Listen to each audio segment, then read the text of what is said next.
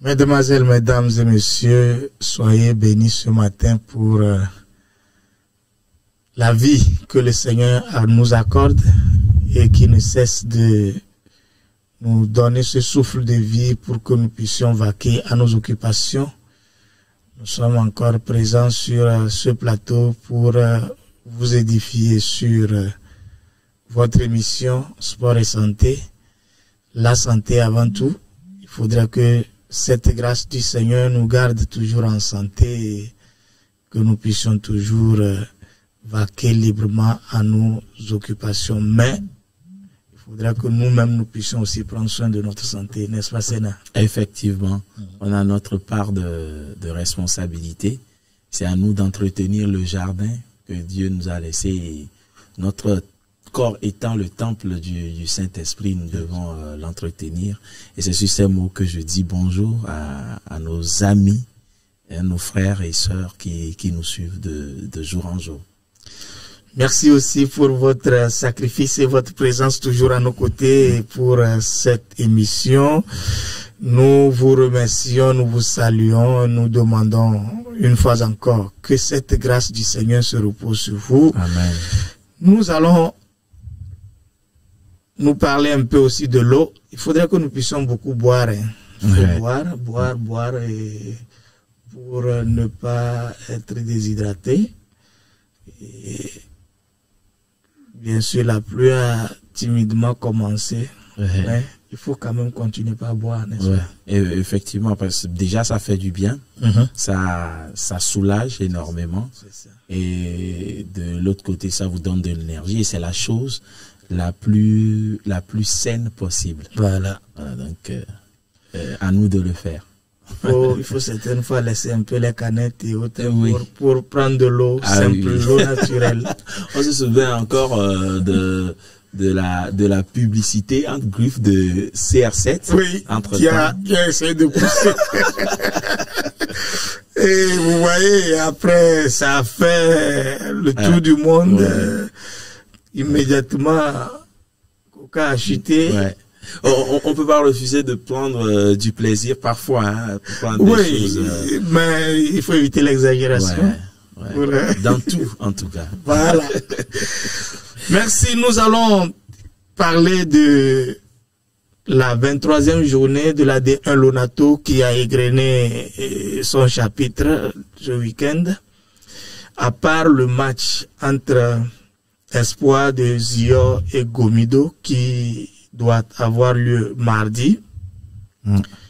Et les autres matchs ont été joués. Et au niveau de Kara, Awelu, Doumbé a encore engrangé un point face à ASC Barracuda. Le poisson carnivore. Ils ont livré le match nul de 0 but partout. Et à côté, au municipal de Kara, il y avait le bourreau d'Asco qui était encore sur son chemin. Parce que depuis le début de la saison, c'est seulement le CDF Acno qui a battu Asco. Et voilà que ça s'est récidivé avec 2 buts. Asco a perdu 0 but contre 2 face aux jeunes académiciens. Et Gilles Aziamale et Clidier et Claude sont passés par là. À Sokodé, l'Unisport était face à l'ASK. L'ASK qui devient le nouveau leader. Nous allons bientôt donner le classement. L'ASK allait dompter Unisport 1-0 sur ses propres installations. Et à Tapamé, c'est la manita que Tambo a infligé à l'AS Bina, venu de Pagouda, 4-1. Il fallait le faire, hein, parce que les flèches pimentées sont aussi à la quête des points. Ils ont passé 4 buts à l'AS Bina et à Bossimé, c'est là où la surprise a eu lieu. la SOTR qui est leader jusqu'à ce jour du dimanche a été détrônée par celui qui est en train de se chercher dans les méandres de la relégation, qui ne veut pas aller à la relégation, c'est l'Étoile Filante. C'est un Bussu Penati, bien sûr, qui n'était pas au goût des dirigeants de l'Étoile Filante. Et au municipal de Lomé, c'est le partage des points entre Bolesou et l'Entente 2. Ils ont livré un match vierge, 0 but partout. Voilà un peu ramasser les résultats de cette 23e journée. Et, si vous voulez, on peut parler un peu de ce match entre ASCO et le CDF ACNOU. Le CDF ACNOU devait sortir de la zone rouge, mais son devancier a encore gagné. En tout cas, le championnat a été passionnant cette saison. Très passionnant. Depuis le début et même à quelques journées seulement de la fin, le suspense reste entier, que ce soit à la tête du classement ou au bas du tableau. Voilà, pour la lutte au maintien. Et on prend en compte la lutte à distance entre l'Étoile Filante et le CDF ACNOU. C'est ça. Et on l'a toujours dit, c'est compliqué d'affronter un club qui joue sa survie dans un championnat. Vraiment. En fin de saison, vous avez beau être le champion de l'intersaison, vous avez beau être le leader du classement. En fin de saison, vous affrontez une équipe qui lutte avec la relégation. C'est compliqué. C'est compliqué. Vraiment compliqué. Et c'est ce qui est arrivé à l'ASOTR et à ASCO. Voilà. Parce que l'Étoile Filante devrait gagner ce match. Parce que c'était comment on va dire, le virage. Pratiquement le dernier virage. C'est ça. Surtout que le match d'après, c'est un duel direct entre les deux équipes. Entre les deux protagonistes. Donc, il fallait pas perdre ce match. Et ils l'ont fait. Non seulement ils n'ont pas perdu, mais ils ont gagné. C'est ça. Et c'est ce que le CDF ACNOU également a fait avec la manière 2-0. Et ce qui laisse entendre, pour ma part, que les équipes qui savent jouer, les équipes, bon, c'est pas pour manquer de respect aux autres équipes, mais les équipes qui savent poser le ballon, qui veulent faire le jeu, elles sont pas toutes prêtes à le faire. ASCO, par exemple, aime avoir le ballon aussi. Ces équipes sont celles qui sont souvent battues par le CDF ACNOU. C'est ça. Parce que il y a des brèches à exploiter. Dans les jeunes qui savent poser aussi le ballon, et trouvent la bonne configuration pour ressortir le grand. J'ai eu le fait encore une fois. Et je leur dis félicitations. Maintenant, la prochaine marche, c'est vraiment face à un challenger direct. Voilà. Et ça se joue sur ce match-là. Comme vous venez de le dire, je taquinais André Obilalé, qui est le Timo de l'Entente 2. J'ai dit, attendez-vous à un retour verso de la part d'ACNOU, parce que après leur confrontation directe entre Étoile Filante et ACNOU, la dernière journée, pratiquement, ça doit être face Ils reçoivent, non? Ils reçoivent Entente 2. Ils reçoivent Entente 2, là-bas, Cara. Donc, et ils criaient sur moi. J'ai dit, mais on attend de voir. Parce que ACNOU ne laissera plus les points passer. Oui, ce match reporté, ou ce match qui va se jouer entre Gomido et Espoir, c'est quand même un match aussi décisif, parce que Gomido n'est pas encore sauvé. La relégation continue par... Il y a 24 points pour ACNOU, 27 pour Gomido, donc voilà. c'est pas fait. C'est pas fait. C'est pas fait. Et si Gomido perdait ce match-là, cette équipe se mettrait en difficulté, en danger. Voilà. Et les calculs ne sont pas encore faits. Donc, attention. Et surtout que Espoir, c'est une équipe joueuse. Ouais. Et 33 points, c'est peut-être pas possible pour le titre. Mais oui, pourquoi pas pour le continent, c'est ça. FC. Donc, c'est ça. Il faudra faire très très attention pour Gomido. Très attention pour Gomido qui va se déplacer au docteur Kaolo pour pouvoir livrer ce match. Et nous connaissons aussi ce public de Tchévier qui n'est pas facile. Donc Gomido doit s'armer de mental dur. Puisque la saison passée, il y avait eu des échauffourées, le match n'était pas allé à son terme. On espère que cette fois-ci, ça serait violence zéro. Des matchs comme on les aime. Voilà. Maintenant, revenons au niveau de la tête. Je vais quand même nous faire le plaisir de donner le classement. Donc, l'ASK devient le nouveau leader avec 41 points plus 12. L'AS OTR redescend en deuxième position avec 39 points plus 8. Boulessou est bien scotché à sa troisième position avec 38 points. Et Entente 2 est quatrième avec 36 points. ASCO compte 34 points et est cinquième au classement. Espoir avec 33 points est sixième. Tambo est derrière Unisport, tous ont 29 points. Et Tambo et Ice Bina plutôt. Ice Bina. 8e et 9e. Voilà, 8e et 9e. Et là, c'est Barracuda est dans le top 10. Là, c'est Barracuda qui a... La deuxième partie de saison a été tellement bénéfique pour la Barracuda qui a gravi les échelons. Lui qui était dans la zone rouge avec Doumbé est maintenant dans le top 10.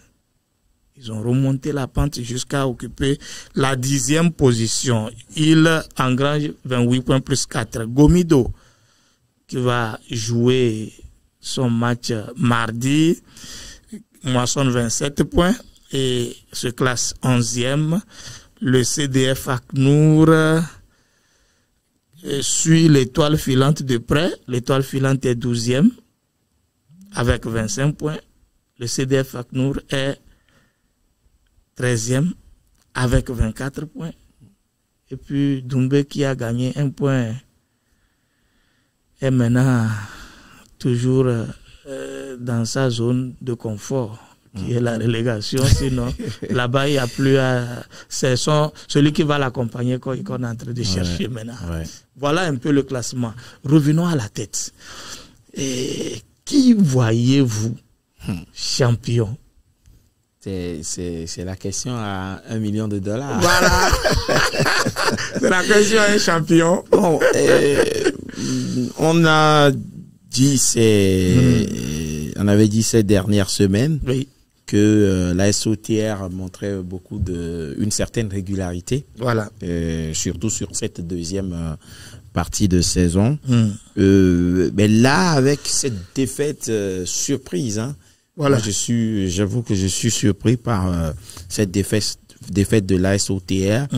Et quand on connaît les ambitions de l'ASK et la force de ce collectif, et la force de cette profondeur de banc qui n'existe peut-être pas à l'AS OTR. Donc, on se dit qu'il y a avantage désormais pour l'ASK. Qui connaît le continent, qui ambitionne, parce que l'ASK depuis n'a pas joué la Champions League. Voilà. C'est la Coupe CAF, oui, mais pas la Champions League. Donc c'est peut-être le moment rêvé de pouvoir jouer cette compétition. Donc prendre la tête comme ça à juste 3 journées de la fin. Ça ne se lâche pas, hein. Ah oui, je crois pas qu'il puisse lâcher du lest. Vraiment. Ouais. Et est-ce qu'on peut dire que pour ASCO, c'est fini? Ouais, pour ASCO, je pense, pour le titre, peut-être pour le continent encore, pour la Coupe CAF. Maintenant, est-ce que ASCO, avec les derniers changements à la tête du club et tout. Est-ce qu'Asco ambitionne vraiment de jouer encore une fois? C'est ça la question. Est-ce qu'il ambitionne vraiment de jouer parce que nos clubs n'ont pas forcément des moyens. Hein. Et donc, c'est compliqué de jouer ce genre de compétition, même si on peut s'attendre à de l'argent de la part de cet argent-là ne joue pas grand rôle. Ouais. Et puis, cet argent ne vient pas comme ça. Voilà. Il faudra se qualifier pour les tours suivants. Voilà, avant de pouvoir... Donc, c'est compliqué à gérer. Tout dépendra tout de même de la fraîcheur physique et de l'ambition d'Asco d'aller chercher cette place sur le continent. Est-ce que nous pouvons dire que le champion et le vice sont déjà dessinés en cette 23e journée? Ah, il y a l'AS Bowesu qui n'a pas encore dit son dernier mot. Oui, en temps de peut-être un peu moins, mais Bowesu peut s'intercaler, hein, peut venir jouer ce rôle de dauphin du futur champion, qu'il soit ASCK ou l'ASOTR. Le titre reste, parce qu'il n'y a que 2 points, entre les 2 premiers. C'est ça. Donc, ça reste jouable, même pour Bowesu. Hein. Parce que 3 points, c'est pas Bowesu de la tête. La question était posée hier à Ntchoudien, est-ce que c'est le titre? Il a dit ils ne sont qu'en train de prendre des points. S'ils prennent des points, que les points pris, les places en titre, ils vont prendre. C'est comme un jeu de chaises musicales. Mais lui, il précise que le titre ne se joue pas à la mi-saison parce que ça doit être quelque chose de préparé sur 1, 2, 3 saisons avant de pouvoir jouer le titre. Mais eux, ils ne sont qu'en train de prendre des points. On peut pas improviser. Voilà, ce titre-là. J'ai aimé quand même son speech et puis il est venu à la 2e phase du championnat prendre cette équipe de Bowesu qui est en train de faire de bonnes choses. On espère que la dernière journée nous dira clairement les intentions. Mais c'est nous mener dans le bateau jusqu'à la fin. Ah oui, c'est ce que je voulais dire. C'est ce championnat intéressant cette saison qui, même jusqu'à la 23e journée pour 26 journées, n'a pas encore dit qui ira à la relégation ou qui sera champion. Alors que les saisons passées, déjà à 3 journées de la fin, on connaissait déjà le champion et même le vice. Oui, ça se dégageait et c'était toujours Asco, ASCK. Là encore, ça change un peu. Ça change les choses, ça change les donnes. Ça donne du piment. Ça donne du piment à la chose. Donc, nous pensons que rapidement, la 24e journée va arriver et il y aura un fumant CDF ACNUR étoile filante.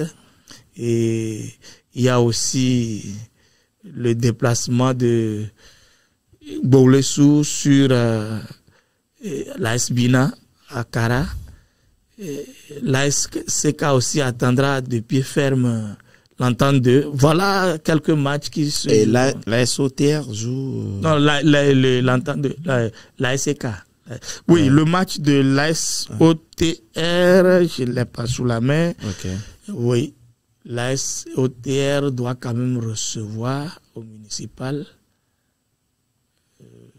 On attend de voir. On attend de voir. On informera nos auditeurs par la suite. Nous passons à la 2e division, la D2 qui a joué son 12e acte le week-end dernier.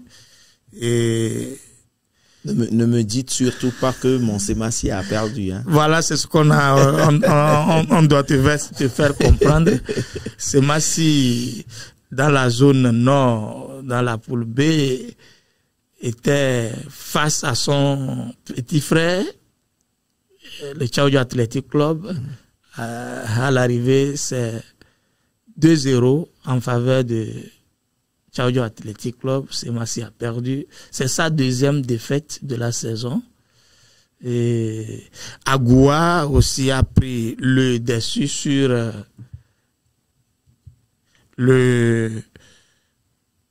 Agoua a pris le dessus sur l'US Koza qui vient de Kara, 3-2. Il y a le match qui doit se jouer aujourd'hui, c'est entre Bukenti et Koroki Metete.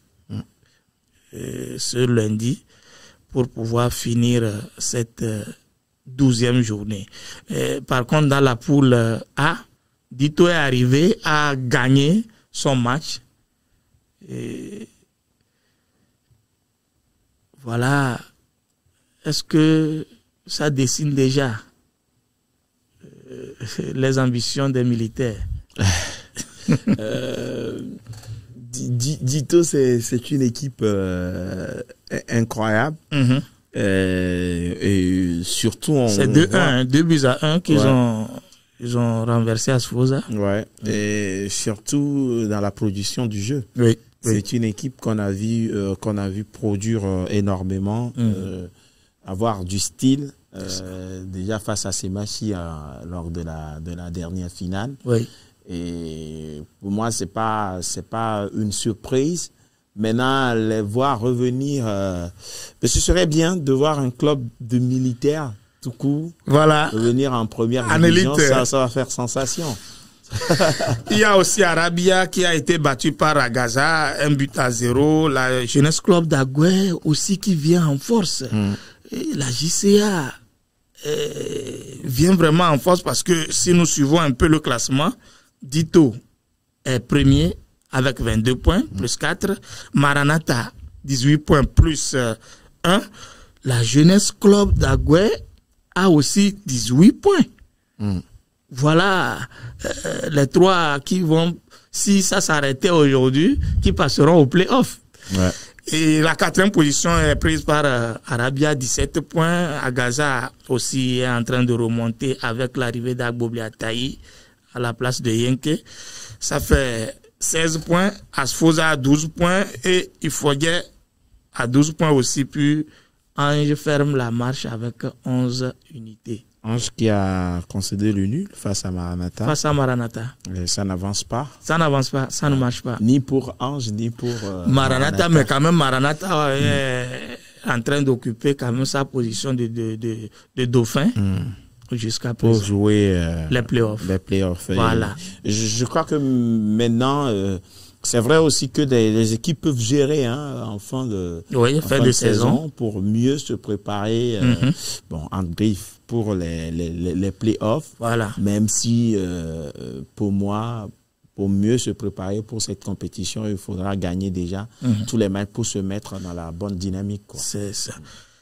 Au contraire, au niveau de la zone nord, c'est Semassi qui est toujours leader avec 24 points malgré sa défaite. 24 points plus 9, suivi de Koroki, qui a un match à jouer. Ce lundi, Koroki a 22 points, Kakadla a 19 points, US Koza a 19 points, Chaojo Athletic Club 17 points, Fouadan 11 points, puis Agoua 9 points, puis Bukenti ferme la marche avec 6 points. Le deuxième, c'est qui? Le deuxième dans la zone nord, c'est Koroki. C'est Koroki, ouais. Oui, Koroki Metete de Kamba qui a 22 points. Mais qui a aussi un match. Voilà, un match à moins. Voilà un peu. Donc, si je comprends bien, Koroki peut passer, en cas de victoire, peut passer Oui, peut passer devant Semassi. Ouais. Parce que Semassi a perdu. Si Koroki prend les 3 points, Koroki aura 25 points et Semassi 24. Voilà un premier changement possible à la tête du classement dans cette zone. Voilà. Maintenant, comme on l'a dit, le plus dur, c'est les playoffs. Et tout se joue là. Je crois que c'est en ce moment qu'on pourra mieux clarifier la situation au niveau de la D2. Même si on connaît au moins déjà ceux qui peuvent prétendre à la montée pour la saison prochaine. On pense à Dito, on pense à Maranatha, on pense à Semassi et probablement à Koroki. Voilà. Voilà ce qui est dit par rapport à cette deuxième division. C'est dans les championnats en Europe ont presque pris fin. Ouais, ils ont bouclé. La Série A a connu son champion, le Napoli. Vous pouvez imaginer que il y a quelques années seulement, le Napoli d'un certain Diego Maradona végétait dans les meilleurs, pas du classement, mais du football italien. Oui. Et ils étaient en série C. Le président actuel le club était complètement en faillite. C'est ça. Il a pris le club. Il l'a inscrit en série C, pardon. Et la deuxième saison qui a suivi, ils étaient en série B. Ils sont montés en série B. La saison qui a suivi, ils sont montés en série A. Et juste quelques années après, ils ont gagné la Coupe d'Italie, ils ont gagné la Super Coupe d'Italie. Ils gagnent le titre avec Victor Osimhen. Et là, le voilà en tête. Vraiment, c'est un travail de fourmi, mais surtout de titan, de la part de Laurentiis, le président du Napoli. Chapeau à cet homme-là. Est-ce qu'il faut dire que l'Inter s'est planté sur son avant-dernier match? Ouais, l'Inter s'est planté, mais c'est parce que on pouvait en parler, parce que le Napoli s'est planté également sur son match. Vraiment. Mais ils n'ont pas su profiter de cette avant-dernière journée. C'était l'occasion unique à saisir, ils n'ont pas su. Et l'Inter n'a pas su gérer aussi les deux compétitions en même temps. Voilà. La Champions League. Ils auraient été éliminés de la Champions League. Ils jetteraient leur énergie complètement. Alors que le Napoli, surtout avec Antonio Conte, ça ne réfléchit pas. Tout pour la gagne. Tout peu pour la gagne. Les moyens, il faut gagner.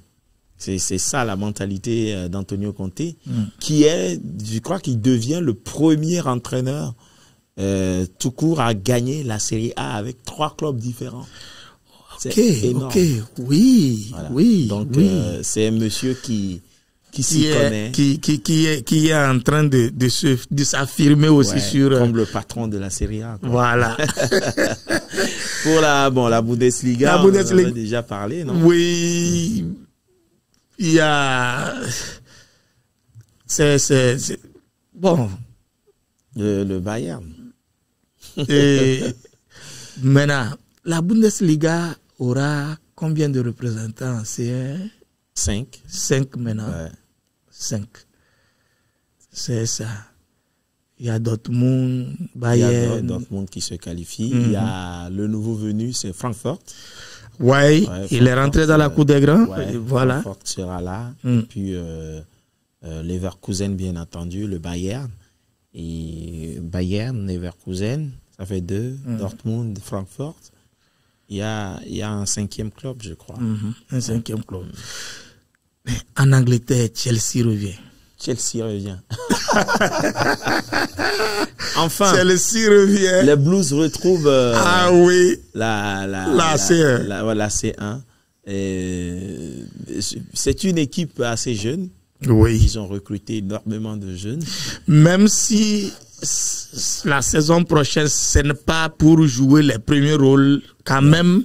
Déjà être en C1, c'est quelque chose. Ça peut aider déjà pour le mercato. Et ils ont déjà recruté même des jeunes qui vont venir.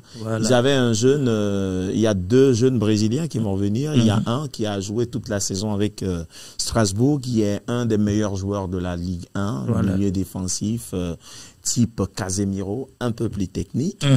Et puis, il y a un autre, Estevão, qui a été recruté par Chelsea avant ses 18 ans. C'est ça. Et qui va arriver aussi après la Coupe du Monde des clubs. Il va jouer la Coupe du Monde des clubs, mais ce sera avec son club brésilien Palmeiras. Avant de débarquer. De rallier les Blues. Voilà. Parlons un peu de cette coupe aux grandes oreilles. Qui fait battre les cœurs jusqu'alors, PSG, Inter. Ce sera le cas jusqu'à samedi au moins. Voilà, jusqu'à samedi, pour voir la direction que prendra cette coupe aux grandes oreilles. Inter, Paris. Bon, avantage au Paris Saint-Germain, bien entendu, compte tenu de leur saison. Ils ont presque tout gagné. Ils ont tout gagné. La dernière, c'est la Coupe de France. La Coupe de France, ils ont gagné la Super Coupe. Ils ont gagné le championnat et avec la manière. Avec la manière. C'est vrai que le championnat, c'est comme si c'était déjà acquis. Voilà. Mais la manière avec laquelle le Paris Saint-Germain gagnait ses matchs, c'était fabuleux. Un style de jeu implémenté. Le match de la fois dernière, lorsque notre compatriote a signé son doublé, je me suis dit, ah ça, c'est parti, parce qu'il a marqué 2 buts avant que le 3e but ne vienne pour la première partie. Je n'ai même plus suivi la fin. Vous en avez eu pour votre compte. Je n'ai plus suivi la fin. Je sais que la coupe a encore pris la direction de Paris Saint-Germain. Maintenant, l'Inter, c'est l'Inter. L'Inter, c'est l'Inter, c'est ça, parce que ne peut battre Barcelone qui veut, hein, parce que il faut compter avec ces Italiens. Et ils vont retrouver une finale dans la même configuration, parce que le Paris Saint-Germain de Luis Enrique, c'est comme le Barça. C'est ça. Avec un jeu de possession. Oui. Donc l'Inter ne va pas se plaindre du fait de ne pas avoir le ballon, pas du tout. Mais va jouer sur ses forces au milieu de terrain, Çalhanoğlu, Barella, et qui savent manier aussi le ballon et qui vont servir des joueurs de devoir, oui, les Thuram, comme Thuram et le vieux de la vieille qui va passer aussi par là. Donc pour moi, avantage au Paris Saint-Germain, mais ça reste indécis. Ça reste indécis. Samedi, le 31 sera le verdict final.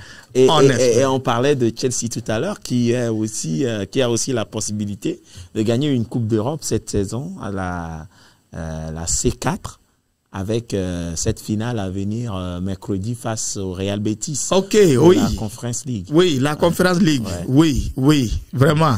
C'est pas encore fini pour. Donc ils ont encore cette chance de pouvoir engranger d'abord ce trophée et mieux préparer la saison. Voilà. Chers amis téléspectateurs, nous voici à la fin de cette émission, votre émission Sport et Santé. Nous voulons dire quoi à nos auditeurs? Sénat, le pasteur de l'émission. Je veux dire tout simplement que la vie tout entière, le monde et tout ce qu'il renferme appartiennent à Dieu. Amen. Et donc tout ça fait éclater sa gloire. Alléluia. Donc autant prendre le train pour pouvoir le louer et être en bonne communion avec lui. Le louer, être en bonne communion avec lui. Chers amis téléspectateurs, merci de nous avoir suivis. Nous sommes toujours là pour vous servir et nous avons besoin de vos soutiens, de vos prières pour que cette émission puisse aller de l'avant. Nous remercions le Seigneur pour la vie de nos cadreurs, de nos techniciens. Que Dieu les bénisse et à vous, soyez en santé et que la grâce de Dieu se repose sur nous tous. Amen. Amen et au revoir.